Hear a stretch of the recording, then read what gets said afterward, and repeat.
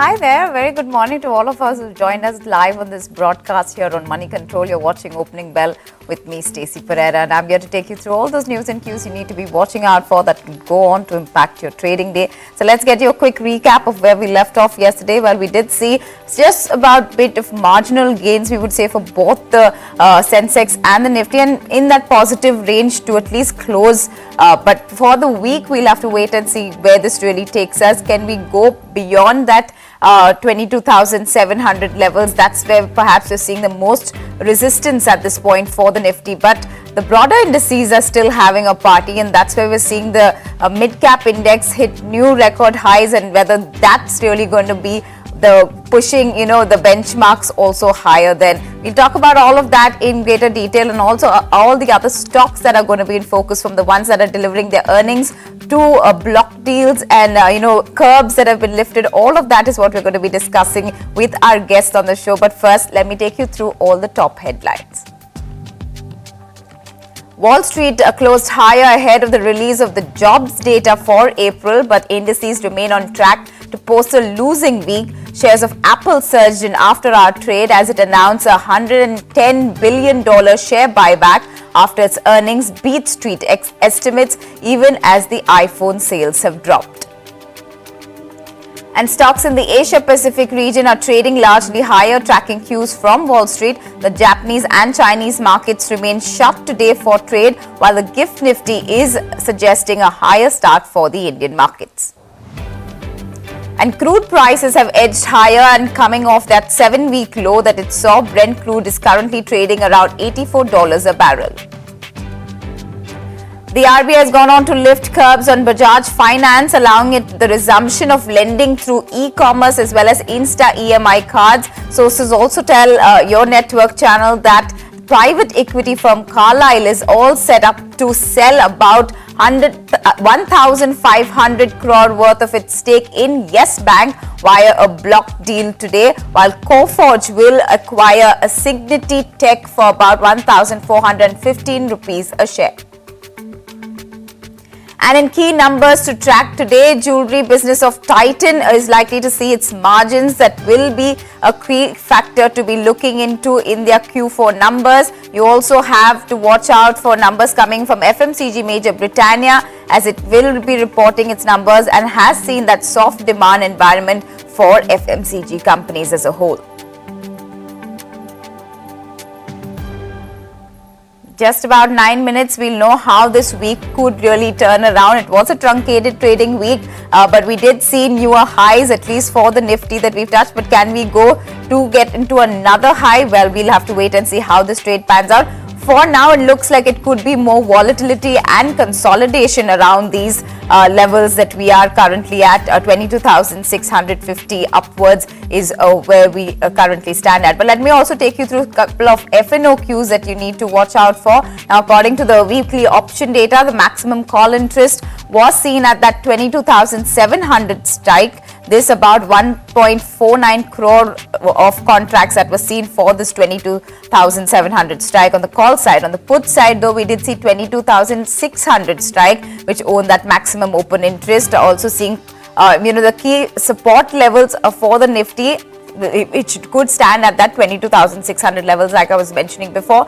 And this did also see about 1.91 crore worth of contracts. So that's where we stand with the F&O call and put options. But if you look at the PCR ratio, that one is pretty much seeing a jump again of coming in at 1.28 versus the 1.11 levels. And remember, anything above that one level is a good indication of a bullish sentiment in the market, especially when there are more puts being bought than the call options.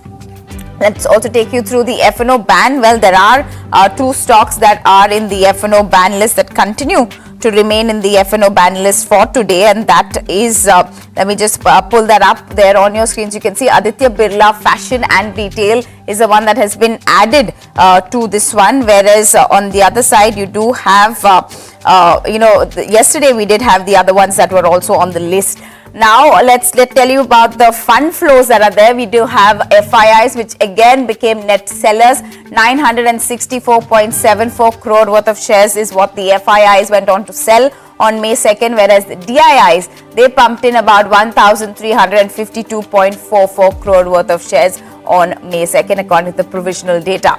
Like we were talking about the stocks that you need to be keeping out on your radar, the Q4 numbers coming in for a couple of those big companies that you need to watch out for. Titan being one of them, Britannia Industries, another new entrant, Tata Technologies is also going to be putting out its number, Adani Green, as well as Godrej Properties. That's an interesting one because yesterday we saw a whole lot of action within the Godrej group of stocks, and so Godrej Properties will be interesting to see what they actually come out and say in this earnings call. You also have from the energy space, Inox Wind as well as Inox Green Energy that will be putting out its numbers, as well as MRF that will be declaring its Q4 numbers. Let's also take you through the VIX index because we're seeing quite some good swings that are happening there. Now, yesterday after that jump, it's further maintained that upward journey, we could say, and it's going on increasing, making the bulls rather uncomfortable, we would say, at this point.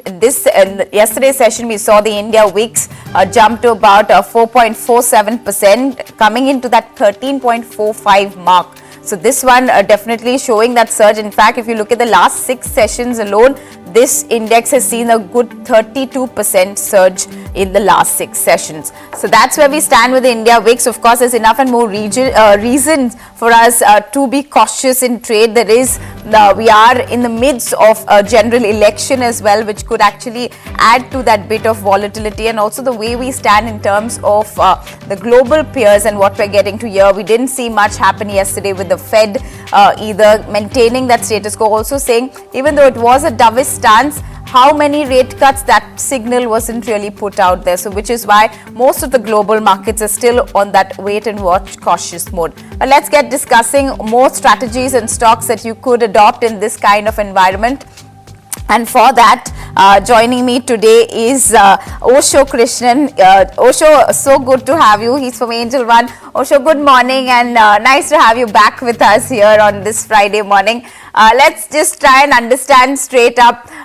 We are stuck in a range, we would say, for the Nifty at least. It has been this 22,600 that we are managing to hold on to as that good support level. But what is that trigger that we need that can, propel us towards that 23,000 at least? Do you see that happening at least in the next week or so?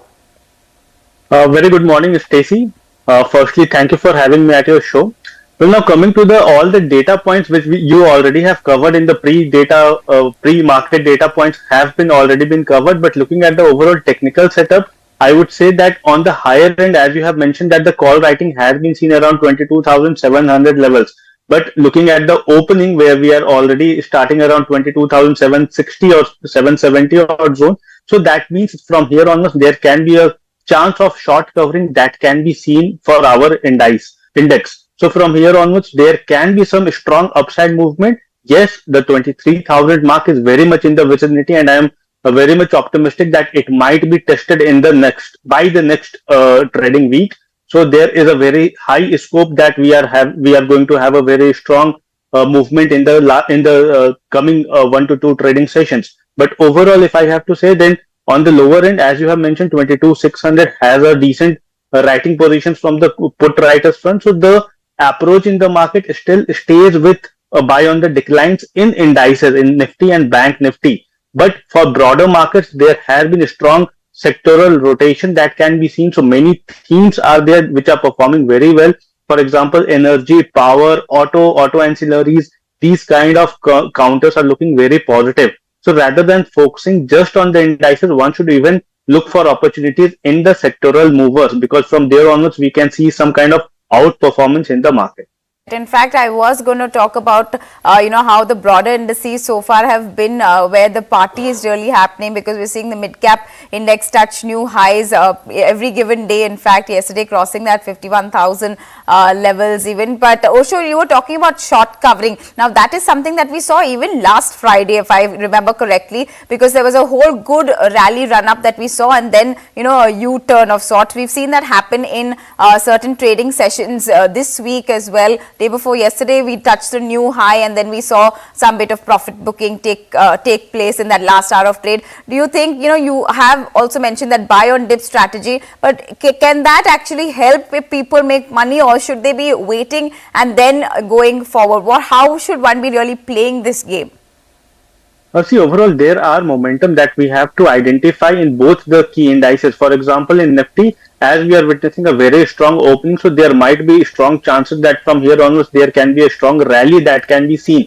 For Bank Nifty, again, because on Bank Nifty, if we will be talking about the data from Tuesday, which was the weekly expiry for Bank Nifty, so we have seen some kind of long unwinding on the day of Tuesday for Bank Nifty. So the time it surpasses the zone of 49,400 on spot zone, from there onwards we can see a decent fresh additions in Bank Nifty also. So Bank Nifty, we are very much optimistic and expecting, because there are cues related to majority of the NBFCs, and Bajaj Finance is having a very strong gap up opening. So there can be a strong movement that can be seen in NBFC space. So indirectly it will be impacting the banking counter. So we have to connect all the dots, and from there onwards we can expect that there can be a strong movement in banking indices, and from there onwards we can witness the continuation in the uptrend for the benchmark index also. But the themes are looking very positive. There are many things that we have to consider, and majority of the things are into a buoyant move. So we can expect a decent up move for both Bank Nifty and Nifty in the coming days.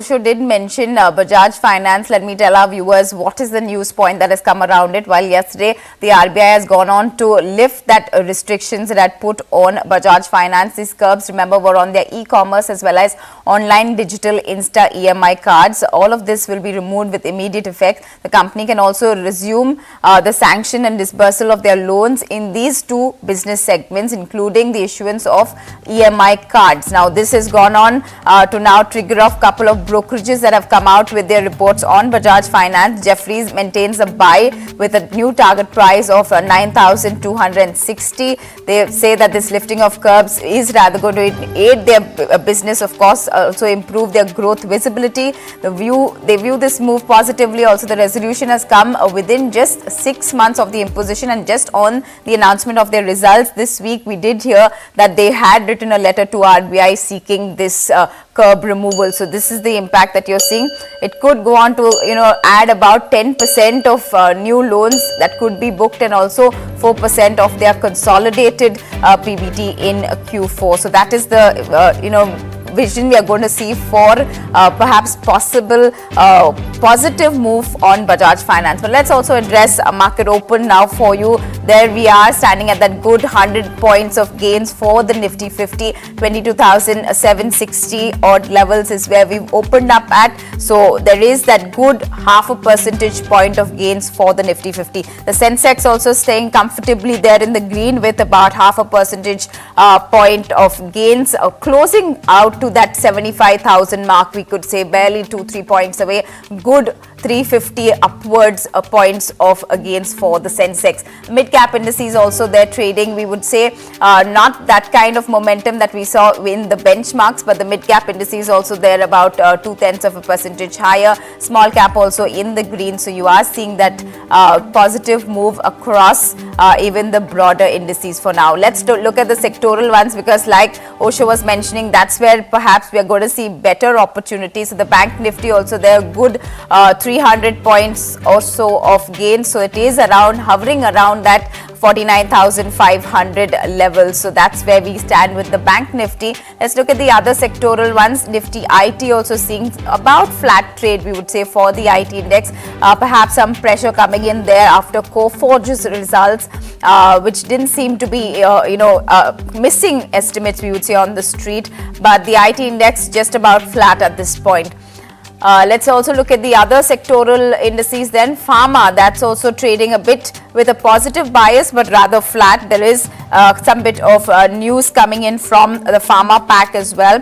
FMCG as well as consumption basket, both of those will be interesting today. We do have Britannia, which will be putting out its numbers. Dabur yesterday put out its numbers, which surprised the street rather on its volume growth. So that perhaps giving it some bit of semblance for both the FMCG and consumer baskets. Let's also look at the other sectoral indices that we have.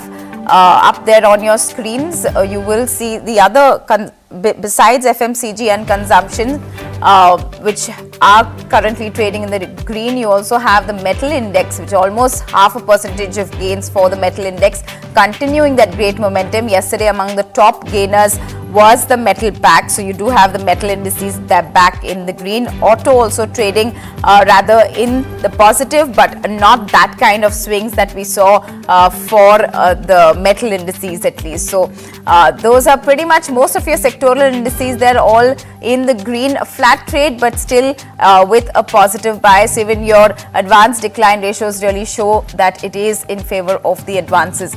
The top gainers on your screen there, Bajaj Finance, no doubt, Bajaj Finserv. So both the Bajaj twins in the back of that positive news, of course, seeing some good traction. ICICI Bank, Hindalco, as well as NTPC, all of them in the positive right now among your gainers.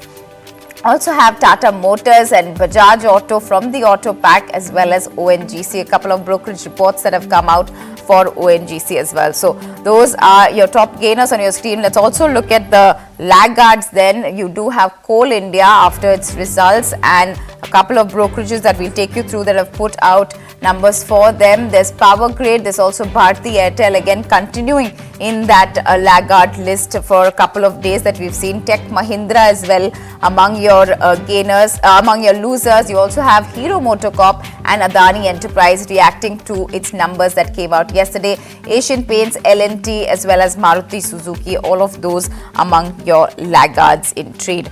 Well, let's understand what really is causing this pain, rather what's really not letting the Nifty move beyond that 22,700 odd levels.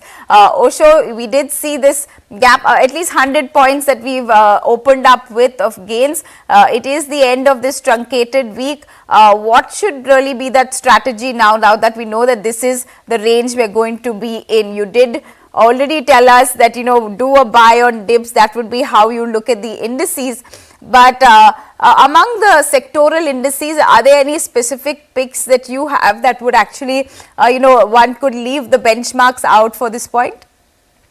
See, from sectoral perspective, there are two sectors which are looking very promising. First one is the metal counters. Metal space is looking very optimistic, and majority of the counters are hovering near its 52-week size. So metal space still has the momentum, and one should try to gauge momentum in metal counters. The other counter which is looking very strong is auto. Auto and auto ancillaries are looking very positive from here onwards. Yesterday we have seen a very strong breakout in Tata Motors, followed by many auto ancillaries which are even recouping from the base zone. So I'm expecting these two should outperform in the near period. But overall, the optimism is surrounding the market, and it will be very crucial to watch the time Nifty breaches the zone of 22,800. Then from there onwards, we can see a very strong movement in the benchmark index, and same ways Bank Nifty is eyeing for the 50,000 mark. So I'm very much optimistic on all these four sectors for the time being: Nifty, Bank Nifty, metals and auto.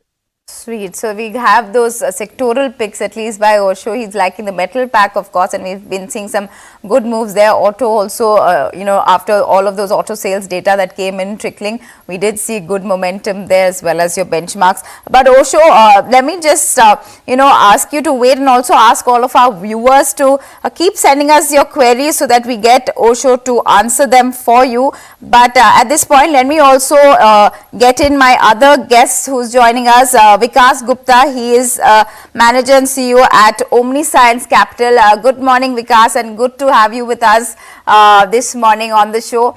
Vikas, simply put, we are in the middle of election season. We tend to see this volatility really, that in fact the volatility index has been doing some great swings. We saw a huge crash last week with the first phase of elections just kicked off, and now we are seeing it jump every other day. In the last 6 sessions, we've seen some 32% of gains for the VIX index there. Do you think this is going to continue till we actually have an outcome to the elections? And what are you really seeing the markets? How are they reacting? Do you think it's all factored in, or do you think there is going to be enough positive news that will take it further up ahead?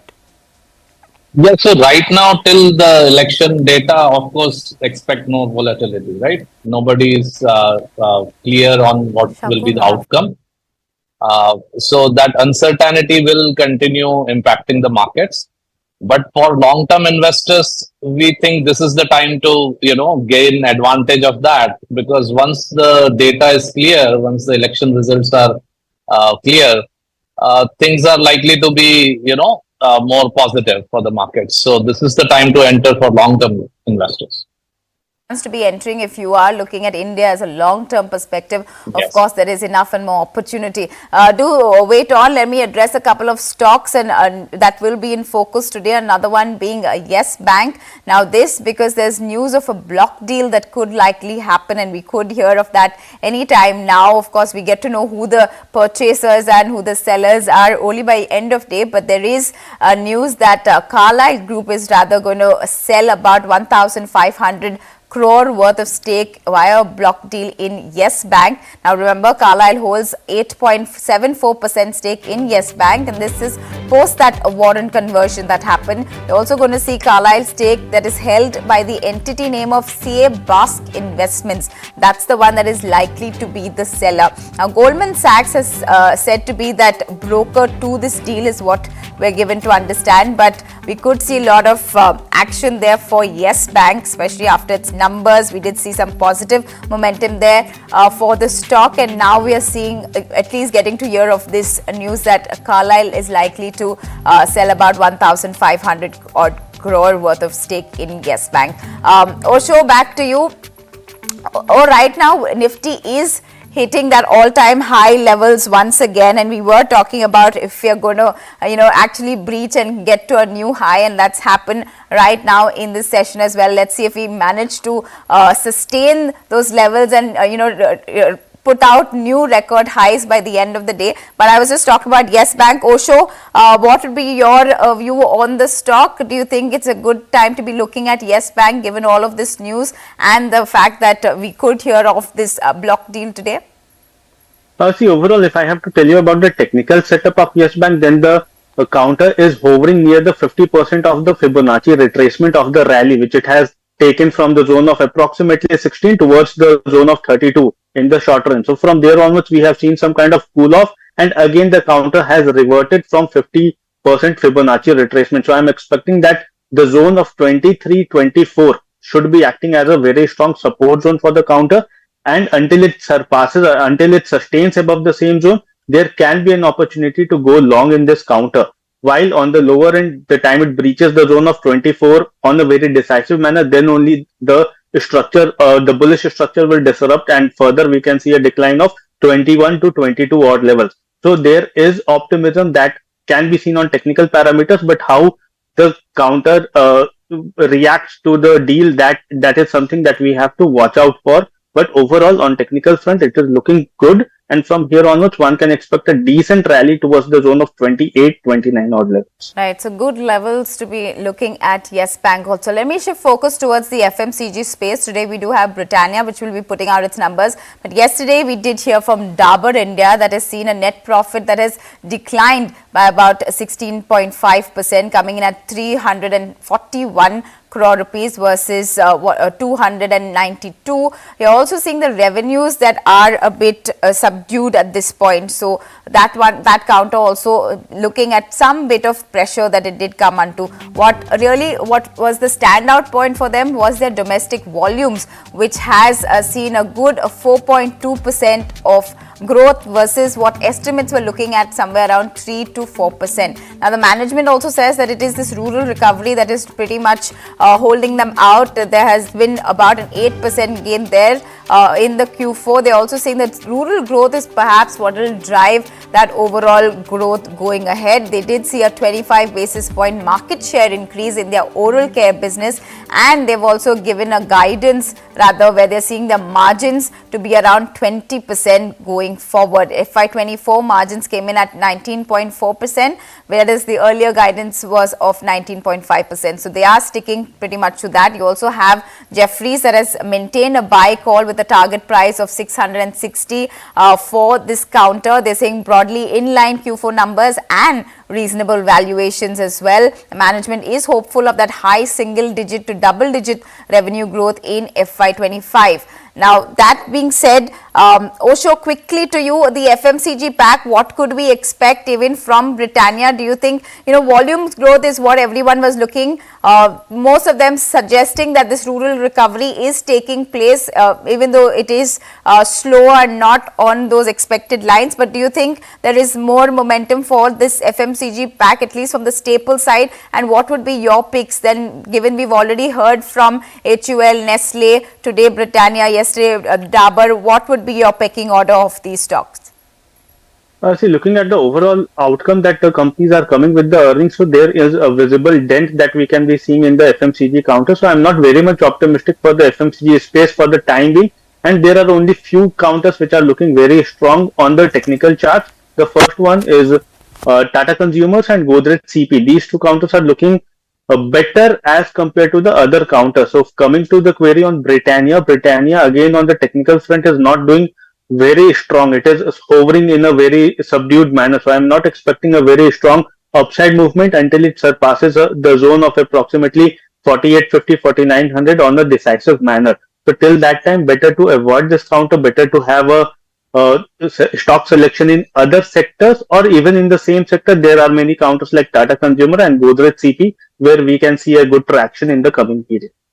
Vikas Gupta, back to you. How are you looking at the FMCG space? Do you think there is, valuations have always been a reason of worry, people saying that they are quite stretched at where they currently stand. But of course, there are like Osho was mentioning, couple of stocks that still stand out within this that give a good opportunity. Do you think in the broader sense, FMCG could be a space that we are going to see, momentum in at least through FY25? I doubt that. Valuations are of course stretched, and they are now struggling with not only slow growth but even shrinking sometimes, right? So that is a really struggling situation, I would say, for something which is so highly overvalued. We are not that positive on that space. Right. So FMCG still some bit of concerns there. Caution word at least from both Osho as well as Vikas. Let's also answer a couple of your queries that are coming in. Let's get to Abhishek Singhal, who wants to know about Titan, and that is the one that's going to be in focus today ahead of its results. What can we really expect? Well, we can at least for now see that the jewelry business is something that has moved quite nicely, at least in the last few sessions for them. We could see revenue that pretty much fueled the revenue growth. Also in terms of their business update, they did talk about their retail expansion and how they've now hit about 3,000 odd stores across India. How does the charts for Titan look like, Osho, at this point, and is it a good reason to be looking at that stock? Not besides its earnings, is there more value there for people to be entering something like a Titan at this point?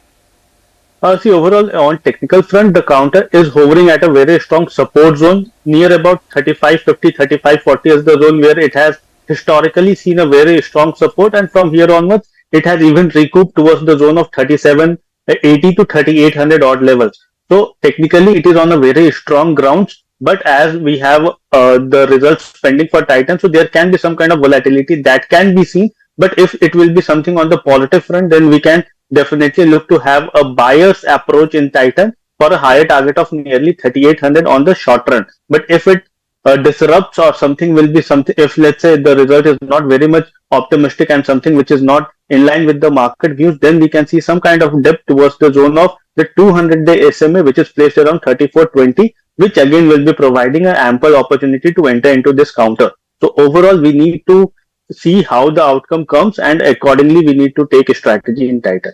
Right. Let's also shift focus towards the pharma pack and specialty chemical for that matter, because yesterday we had Ajanta Pharma that came out, and there were two things that people are looking forward to. One being a good positive set of results or numbers that have come in, but the other is that the board has also announced a buyback of up to 285 crore worth of shares, and this at about 2,770 rupees per share. Now, let me take you through a couple of the numbers. The specialty pharmaceutical formulation company has reported a consolidated net profit of 203 crore rupees. This rising a sharp 66% if you have to compare it on a YOY basis. Now, the revenue too from operations has grown by 20%, coming in at 1,054 crore, whereas this is an increase of 14%. If you look at the US generic business, that is up 32%, Asia segment by 18%, as the Africa business by 13%. So some good momentum from across their export businesses, where you also have the EBITDA that has seen an 86% year-on-year growth, this coming in at 278 crore rupees. And the most important fact, the bonanza rather for this is that the board has given its approval for that share buyback of about 285 crore rupees at 2,770 rupees per share.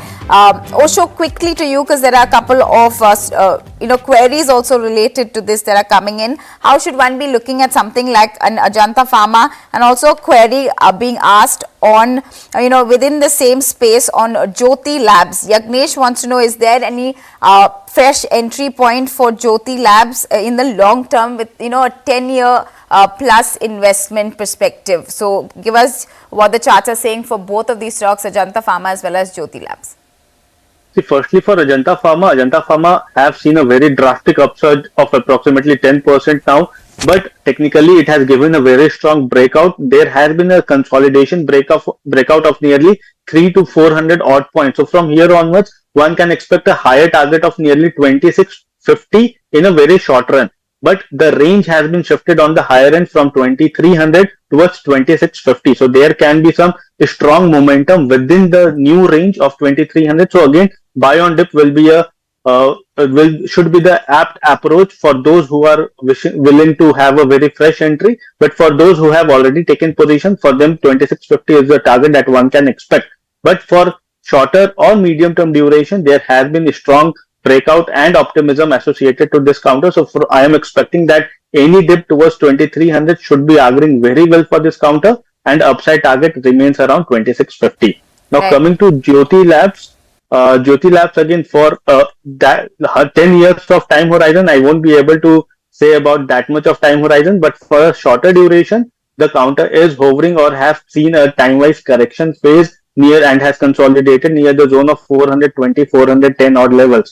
So from here onwards, there can be some kind of upside movement that can be seen, because it is hovering near the 200-day SMA, which historically has proved to be a very strong support base. So I'm expecting that from here onwards, the momentum still lacks in this counter. The momentum will come only once it surpasses the zone of 450 on a decisive manner, but there can be a gradual up move in this counter for a short to medium term perspective. The time it breaches 450, 455 odd levels, then we can witness again 520 and 540 in a very short term period.